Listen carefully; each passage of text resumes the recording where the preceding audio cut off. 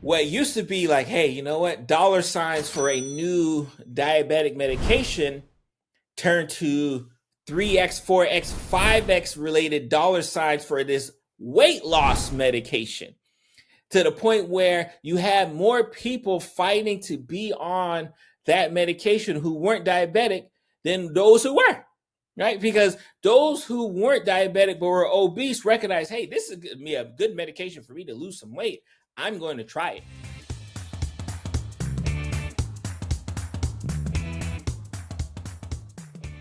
So there are a lot of controversial things in medicine, and if you've been following me long enough, you know I've probably talked about 90% of them. But I'm actually shocked that one of the most controversial medication remedies that I've seen that has been extremely beneficial, extremely helpful, has a lot of people in a tizzy. And like you would think I would be talking about a vaccine or some experimental medication. No, I'm talking about weight loss medications. More importantly, are GLP-1 medications, Ozempic, Wegovy, Manjaro, those types of medications. And you would think in a country where over 40% of people are diagnosed as being morbidly obese or obese in general, that people would be happy that people are losing weight. But unfortunately, that is not the case, at least especially on social media. And I understand on social media, you tend to have more of a subset crowd of people who just mad to just be mad. So I understand that. But like, again, I'm on, I'm on quite a different, quite a different amount of social media platforms. And there's always a subset population within that platform that seems to be very upset that a person is using these particular remedies to lose some weight after struggle, right? So we're going to talk about it. Like, what is the beef with people who lose weight using these medications, and why do so many people seem to have a problem with it? All right, so what I want you to definitely comment below if you know someone who uses medication, is currently using this medication, is losing weight based off this medication here. Comment below if you know anyone who is using it, right? And full disclosure, I am actually using it as well too, and it's been wonderful, right? So of course I'm a little more invested in a conversation like this. But let's talk about obesity. And when I think about obesity, let's talk about this issue of obesity and just how detrimental it is, especially from a healthcare perspective. And when I think about obesity, it's not just the numbers on the scale. It's what do those numbers on the scale like portray, and what do they end up causing in the long run? We know that if you are a diabetic patient, hypertensive patient, high cholesterol patient, have some type of autoimmune related disorder, we understand that being overweight plays a significant factor. Like I've talked about this in the past. There are some people, we talked about this, where they don't like going to the doctor's office because of the session where you have to be weighed, and they don't even, so to avoid being weighed, the mental pressure of, I guess, the world acknowledging that this person is overweight is enough for them to not even want to go to the doctor's office to get a regular checkup, because they understand a lot of the issues that they tend to have, or a lot of the concerns that they may bring up to the doctor, their doctor may attribute that to their weight. So they're like, man, if you're going to blame everything on my weight, I don't want nothing to do with you, right? So on the flip side, we understand that being overweight definitely puts you at an increased risk for a lot of issues that the goal is really to try to avoid it. Again, it's one of those things where we want to live long, but we want to live long and healthy. There's no point to be living long out here, but then you're bed bound, or you're wheelchair bound, or you can't really move because the arthritis is so bad and the weight is so, like, it's you don't want to be in that spot. So when we think about obesity and just this overall problem, I want to make sure we get the backdrop behind that, because a lot of people, right, and trust me, I've been there, right, I've been in that shoes, and I've talked to plenty of people in those same shoes. A lot of people have tried the thing, right? They have tried what traditional people will say, oh, all you have to do is eat less and work out, right? Like they've tried that. And for various reasons, whether it's emotional, physical, whether it's resource based, for various reasons, it just hasn't worked. A lot of people, and you may know, drop it in the comments if the shoe fits, right? A lot of people have tried at least 3 different times and 3 different remedies to try to lose the weight. And it's just it may have been beneficial for a little bit, and it's kind of slowly creep back, and then boom, it's there. Some people have gotten to the point where they've had to get surgery to lose the weight, right? Because it's gotten so extensive. And I've talked about this in the past. One thing that used to be the case, right, especially with a lot of these bariatric surgery for losing weight, is that used to be a last resort. And what happened was the insurance companies, because you know what, the insurance companies, they're money hungry. They realized like, hey, you know what, we're spending a lot of money dealing with the after effects of a person who's overweight and who's been overweight for so long that it's actually probably cheaper if we just go and try to get to pay for the surgery.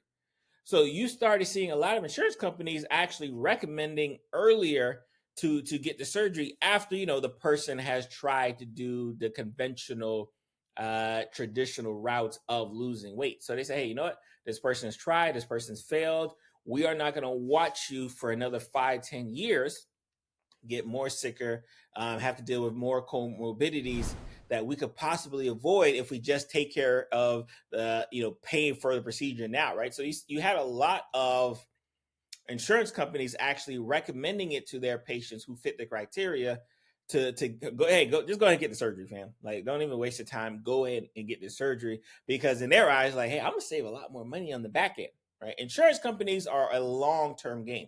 They recognize, hey, I will save more money in the back end if I just pay for the surgery now versus wait for 5 years, 10 years. And now I'm paying for medications. Now I'm paying for other treatment courses. You know, especially let's say they get a heart attack, they get a stroke, they get dialysis, whatever. Like I'm paying for all these things that I probably could have avoided if I would have just paid in the beginning. So the insurance companies aren't dumb, right? So it's not like this altruistic reason why they started recommending surgery. But then here goes this medication that initially, like most great medications, started out one way. Say, hey, you know what? We got our diabetic patients. We know all of the complications about diabetes. I've talked about that ad nauseum. I'll probably put a link in the show notes about diabetes, right? And how bad that is. And you know what? We need a new remedy. So boom, hey, here you go. Let's try this new regimen for diabetes. And what they notice is that, hey, you know what? People are losing a good amount of weight while they're taking our diabetic medications. Okay, something to keep an eye on, right? Because this is what they do during the research, something to keep an eye on. And then once they realize, like, no, this is actually a consistent thing. Like, no, people are actually losing weight on this medication. What used to be like, hey, you know what, dollar signs for a new diabetic medication turn to 3x, 4x, 5x related dollar signs for this weight loss medication, to the point where you have more people fighting to be on that medication who weren't diabetic than those who were, right? Because those who weren't diabetic but were obese recognize, hey, this is a good medication for me to lose some weight. I'm going to try it. And of course, on TV, it got a lot of fanfare. You saw a lot of celebrities get it. One, because your insurance companies weren't covering it for weight loss. So guess what? It was a lot. It was very, very expensive. It's still expensive medication, even though very recently, I know President Trump had, as I guess, tied in a deal with the makers of some of these medications to get it reduced, right? So especially by the time you listen to this, you'll probably be able to get this at a lot cheaper rate than what you used to be able to get this when it first came out. And first of all, one thing we do, right? I got no problem kicking the guy when he's down, right? Like President Trump and the whole administration. That's a terrible administration. But when they do something good, especially for my patients, I'm going to big it up, right? So shout out to President Trump on getting these medications a lot cheaper for our patients, right? Shout out to that, right? Can't ignore when someone does something good, right?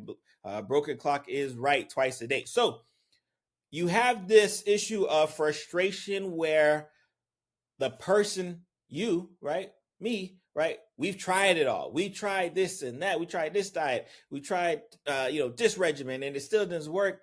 And here comes this medication that may be beneficial, and we think we're going to be welcomed with open arms to the whole community, saying, "Hey, look at you losing this weight," and it wasn't. Then there's always this fear, right? This fear, and I like this aspect of some of the pain points that people tend to have, especially when they're trying to lose weight, right? They're fearful, they're confused, right? Because they don't know, all right, is this drug safe? Right? Is this something I can take? Like, hey, I heard this is a diabetic medication. Like, should I be on that? I've tried the different diets. I've tried the gym sessions. I've tried cardio. I've tried lifting weight. I tried all these things here. And for some reason, it's just not necessarily clicking for me. Now, I'm not here to tell you that those things don't work, because a lot of times, and if you talk to like the gym folks, right, they'll tell you, right, it's a math game, right? Like, you just eat less, work out more. Sounds good, right? So yes, fundamentally, yes, working out, going to the gym, diet, probably times 10 diet will get you to where you need to get to. But there are a lot of people who need this extra boost, who needs this extra level of support to get them to where they need to get to, especially if their goal is losing weight. But unfortunately, when you look online, and I think a lot of it, right, and I'm gonna talk about it later, but I think a lot of it has to do with the type of people who are losing the weight. And I think that's why it's gotten a lot of pushback from a negative connotation. But we have to understand that it's a lot more people than these celebrities who are overweight. Trust me, there's a lot of people in this country who are overweight. And yes, you may not like the fact that this celebrity is able to lose some weight, but if you recognize that there's going to be a significant population who's able to now lose some weight and keep the weight off because of it, we should be rejoicing it, but we're not, right? So let's talk about just that aspect of what we're seeing, right? Especially from this negative aspect, like what are we seeing online, and as a physician, and more importantly as a user of this medication, right? Like, what can we do about it? All right, so I want to first start talking about some of the common mistakes and misconceptions that we tend to see with this medication here, right? I mentioned the fact that the people who were at least publicized about having access to this medication were those who were, who could afford it, right? And unfortunately, we talk about, especially in healthcare, we talk about access and how important having access is. And there was a huge barrier in the beginning where financially it was just very expensive to be on these medications. It was very expensive to be on the medication that was going to cost you $1,500 a month, $2,000 a month, right? Like, that is the cost that it was hitting for a lot of people. But again, if you're a celebrity, you got money, that's not a thing. Especially if your end goal is, hey, I'm going to lose a lot of weight. Yeah, give me that $1,500, $2,000 medication.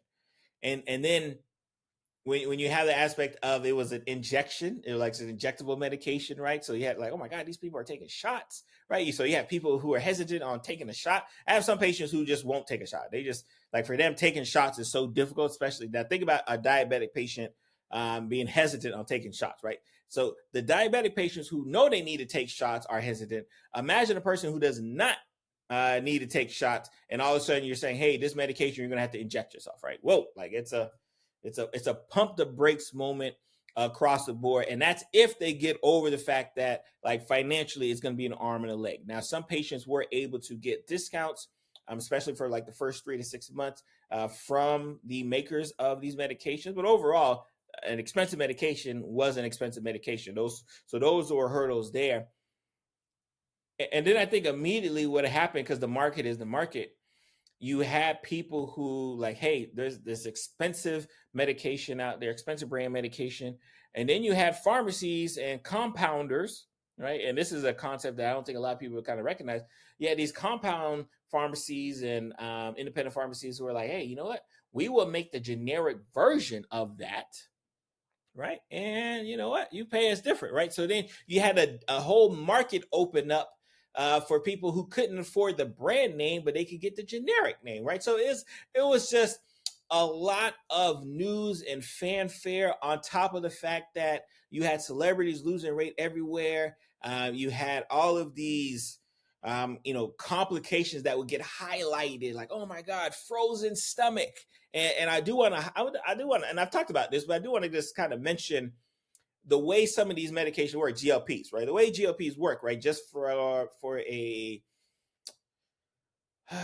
generic standpoint, right? Just so you guys can kind of understand, right? Like the way these medications work is they say, hey, let's say if you're a diabetic, hey, I eat some food, my body may need more time to break down, the proteins, the carbs, and those nutrients that I need from it. GLP medications, what they do is that they help with that absorption, right? In helping with the absorption, you do have some people who have a slowing of the gut, especially depending on how high of a dose they're getting, which is why a lot of the GLP patients always have to start low and they have to slowly work their way up.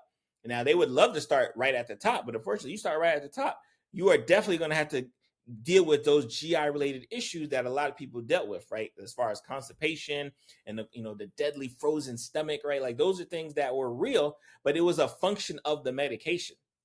And that's why you couldn't just kind of jump into the pool and say, hey, give me the biggest dose. No, we gotta pump the brakes. We got to give you a smaller dose. We got to see how you do after a week or two. Then we increase. Like we can't just jump into the pool, right? In 12 feet water. Like let's relax. So that was some of the growing pains, especially in the beginning, where you had these narratives of, okay, this is only a medication for celebrities and rich people. It's not helping the general public who really need it. Because again, there's a lot of obese people here. It's not helping the general public who really need it.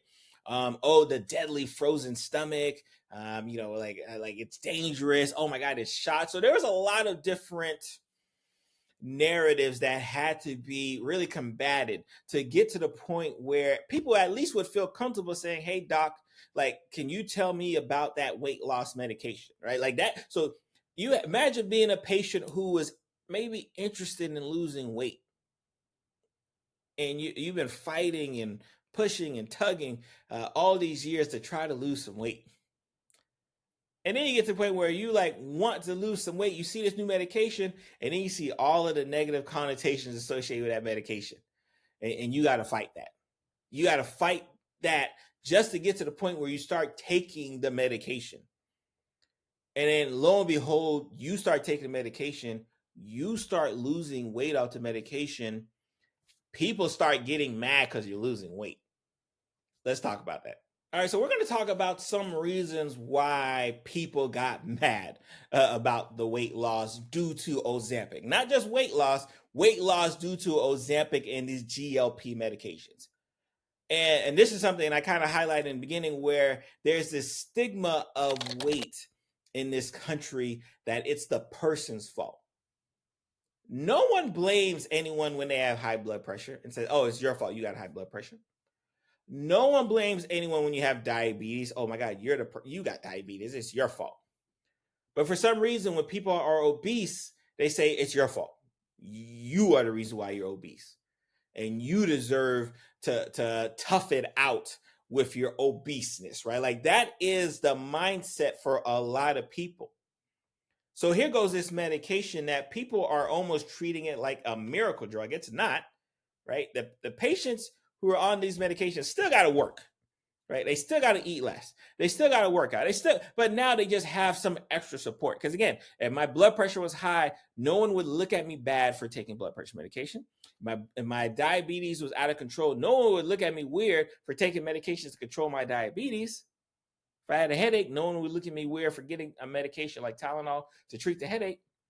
But because I have obesity, and because you blame me, right? Like you say, oh, you're the reason why you're obese. Nobody else, like you're not allowed to get help, right? So you have this weight stigma that it's the person's fault that they are overweight. And that's why you are upset that they start losing the weight, right? Not you personally, hopefully, if you're watching this, right? But that's why people are upset. Because they're like, oh, no. You shouldn't be able to, quote unquote, skip the line, right? Because they think you're skipping the line. Like you're not going the hard way to lose this weight. You're going the, quote unquote, easy way. And trust me, it's far from easy. Number two, some people are upset because they feel like others are getting it, but they deserve it, right? So there's those people who might be secretly jealous that, like, hey, why could, like, and this is what happened, especially in the beginning when all the celebrities were getting it because they could afford it. There are people who are very upset, like, oh my God, like, you got it all already, right? You're already a celebrity. What do you mean you now get to skip the line and be able to have access to this medication because it's $1,500, $2,000 a month? Like, what do you mean? Like, you get to do that too, right? So you had some people who were just, I don't want to say, I will say it, a little envious. You had some people who were envious over the fact that there are folks who could afford these expensive medications and they couldn't. So they were upset at that. They said, hey, I can't afford that. You shouldn't be able to get the benefit because you can afford it, right? So yeah, again, upset folks across the board. And then obviously the misinformation and disinformation. I think these are the biggest ones. Unsafe. You'll just gain the weight back, right? Because secret haters. And then they are just for celebrities, right? Like, oh my God, it's just for celebrities, right? Like, so there's a lot of different reasons that show that if you do what you need to do, right? Yes, you'll lose the weight. But sometimes you need that help. Sometimes you need that support. And introduction to the GLP-1 medications for the broad population really help boost that level of like, oh my God, we now have a new medication to help lose weight. Because there wasn't a lot of great medications out there to lose weight. But now these came on board and they're like, oh my God, they are working, right? And I can tell you, studies have shown that most patients lose about 10 to 50% of their body weight. Common side effects, GI, nausea, constipation. That's the one we kind of talked about. So again, it's one of those things where, like, all right, if I do what I need to do, I eat right and I still exercise, but now I take this medication as like almost like a booster, right? You mean to tell me I can possibly lose 10 to 15%, if not more, of my body weight? Oh yes, sign me up. And people who could afford it wanted to be signed up for it. And again, I think that's why the secondary market of the compounders grew so big, because you had such a demand of people who wanted this medication who couldn't afford it, but you had pharmacies on the side who are willing to do so, right? And that's where like the quote unquote danger comes in. Like, oh my God, it's dangerous. I'm getting it from a compound pharmacy. I'm not getting it from the typical pharmacy. I'm not using the name brand to lose weight, right? So just a lot of misinformation associated with it, and just a lot of displaced anger because people felt that, hey, you know what? You shouldn't be able to lose the weight that way. Like, you should only be able to lose it this way, in this specific way. And if you do, right now, mind you, they do the same thing for people who get surgery, right? Like, people who get surgery and lose weight, they talk about them like that too. Like, oh my God, you had to get surgery to lose the weight. Like, they talk about them too, right? Because again, it's this moral compass that people think like, oh my God, you have to be able to lose it this specific way, diet and exercise.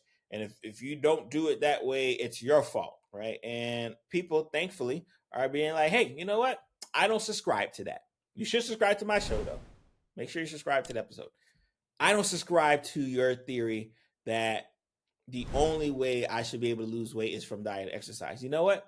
There's support systems out there. There are now medications out there. I'm going to take advantage of it, right? And when I see, right, because I see it a lot, right? Because whenever there's a new, whenever there's a new, again, it usually happens when there's a new celebrity. Whenever there's like a new celebrity who, you know, drop some Instagram pictures or something about how much weight they lost. And some people, I see some people call it like Ozempic face, right? Because they lose so much body weight, right? But their face still kind of looks a little puffy,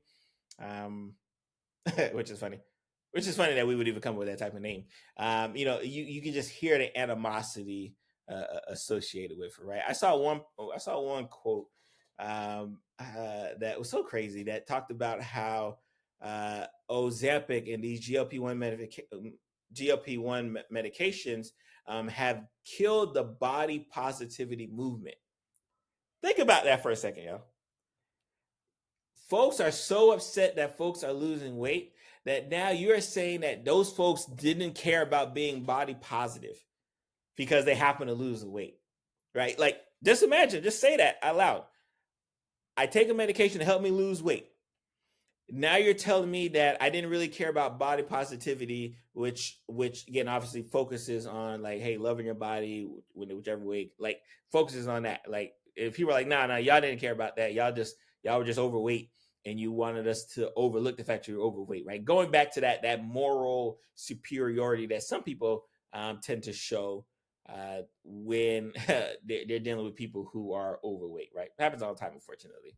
So again, just to make sure we recap, like I said, um, I think the moral compass that a lot of people are showing online, whenever they see people lose weight and they lose weight in such a fashion that they're like, oh my God, they got to be taking Ozempic or whatever, right? They got to be taking one of these medications, right? To the point where now people who go to the gym and lose weight, the quote unquote traditional way, almost have to give a disclaimer like, oh, no GLP medications, no Ozempic, no nothing. Like they almost like it's like a badge of honor to lose weight the traditional way. Right? Again, comical. Again, I want everyone to lose weight. I want everyone to be their best healthy self. But the same way, I'm not going to knock a person who does it by going to the gym and eating less. I'm not going to knock a person who gets some bariatric consultation, ends up doing surgical intervention. Just same way, I'm not going to knock a person who says, you know what, I'm going to take this medication here, an injection medication that I take once a week, on top of everything else I do to help me lose the weight. I'm not going to knock them, right? The goal is to be the most healthiest person you can be. However that occurs, it occurs. But no, it doesn't mean that like one is good and one like isn't that good, right? Like I just want us to pump the brakes here. I want us to give the grace that we should be given to everyone who loses weight or who's on the journey of losing weight or who has lost the weight and is making sure that they try to maintain it, right? Let's give that grace to every single one and not look down upon those, right, who decide, you know what, this new regimen, GLP meds, who seem to be doing which seems to be doing a great job at helping people lose weight. I want to try that. I don't want people to feel like, you know what, I don't want them to talk to them. Because trust me, there are people who won't take those medications because of the ridicule that y'all be giving to folks online. You may not think it, but trust me, I talk to them. Right? I have that conversation with them. So just be like, again, I just want everyone to just love everyone, right? Just love everyone's journey. Recognize that everyone's journey isn't going to be the same when it comes to kind of losing this weight. Again, we got New Year's coming up. We know a lot of these New Year's resolution will include losing weight. A lot of people's New Year's resolution is going to be about losing weight for 2026. Let's not take away an option from them because you are upset in one way, shape, or form that you think it's not the quote unquote right way. Because there is no right way. There's only the way to lose weight. Now, obviously, consult with your physician on the appropriate pathway, right, to lose some weight, right? Consult with your physician. Very important. Because I guess that's important. Say so the least. But understand that like I am not only as a physician provider, I'm also a current client, I guess, of the GLP regimen. Right, I'm very happy about it. Right, it's doing very well. So we'll be continuing to use it throughout 2026, and I hope by the end of 2026, I'll be giving my great weight loss update on behalf of our GLP medication. So y'all be blessed. Y'all have a great week. I'm gonna see y'all next week.